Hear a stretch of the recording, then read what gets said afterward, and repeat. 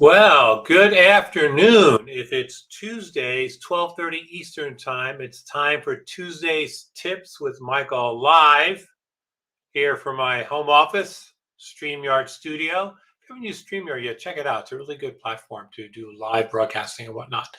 Really cool. I download the app. I may be doing some of this on the road shortly, so stay tuned. So we've ended our leadership series last week. So we're getting into a 5-part series all around team building, team skills. How to get people to work better together as a group.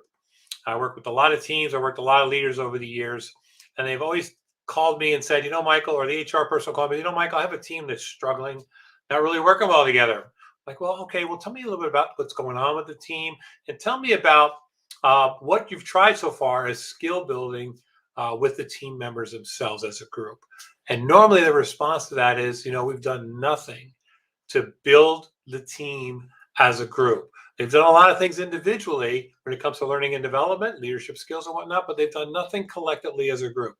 So this is an opportunity for the team to work collectively as a group. About 6 years ago, Wiley and Patrick Lencioni, author of The 5 Dysfunctions. If you haven't read this book, it's a really good read. I put together the 5 behaviors of a cohesive team program. It's a 5-part program. There's stackable modules over a course of time, so teams can learn a skill, practice the skill, come back, talk about what they've learned, then build on the next skill. So over the next 5 weeks, we're going to be talking about each of those 5 skills. And as always, I'm going to give you some tips on what I'm seeing and hearing from teams that I work with this program. I'm currently working with a couple of teams on this program. I'm working with them remotely, though there are teams that will probably do this in the classroom, probably in the spring, because we do have some clients going back to the classroom. It's a great program. It's part skill building, part group therapy. So you should keep that in mind as we go through this. But the 5 steps are trust, conflict, commitment, accountability, and results, team results. As I said, over the next 5 weeks, we're going to go through each of those.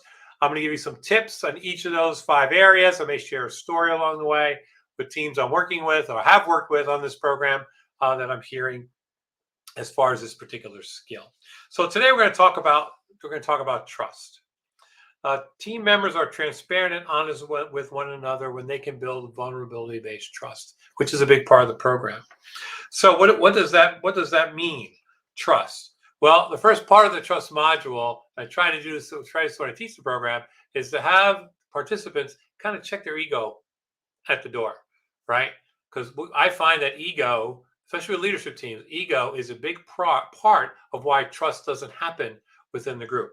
So what does vulnerability-based trust look like? And so I asked the team that I'm working with these questions. Is it okay in your team to ask for help when you don't know something, or if you need help to accomplish your goal? Is that something that can be done within your team?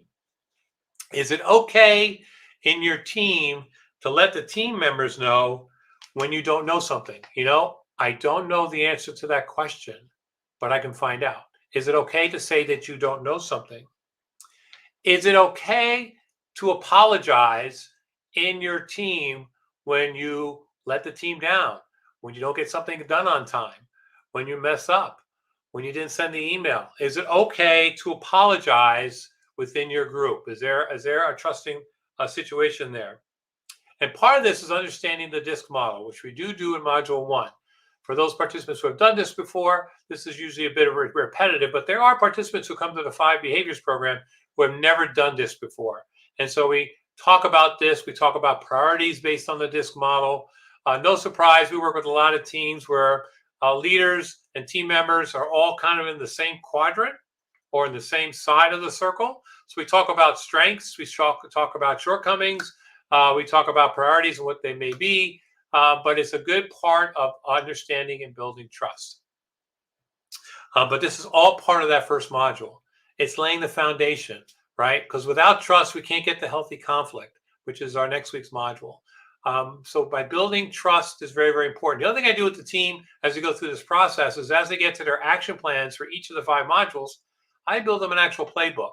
And we start that playbook with a set of group norms. We do that very early on in Module 1. What are the accepted behaviors in this particular team when it comes to working together? I put out a list of kind of generic group norms or group behaviors, but the team actually comes up with their own. And we talk about that as we go through the program about what are the acceptable behaviors or rules of engagement, if you will, for this particular team. And we start building their playbook, which starts with their group norms and then adds each action item from each of the modules that the team commits to throughout the program. And so that's where we start. We really build this foundation of trust. I usually ask those tough questions that I just mentioned, because a lot of times folks don't want to talk about that. So I tend to rip the Band-Aid off and I get to ask the tough questions because I'm outside, not on the team. So that's trust today. It's hard to do. It's a simple process, but it's hard to do. But you really want to make sure that there's trust on your team, because we can go to the next place, which is healthy conflict debate of ideas, which we'll do next Tuesday live here in wherever you're seeing it. If you haven't checked out our YouTube channel yet, go check out our YouTube channel. There are a lot of videos there, Mondays with Michael, Tuesdays tips and whatnot. So make it a good week. Start building trust on your team. We can build on top of that.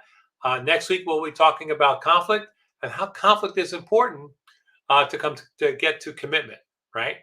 We have to get to conflict before we get to commitment. Talk about it next week here. Tuesdays, tips with Michael, live, wherever you're seeing this. Make it a great week.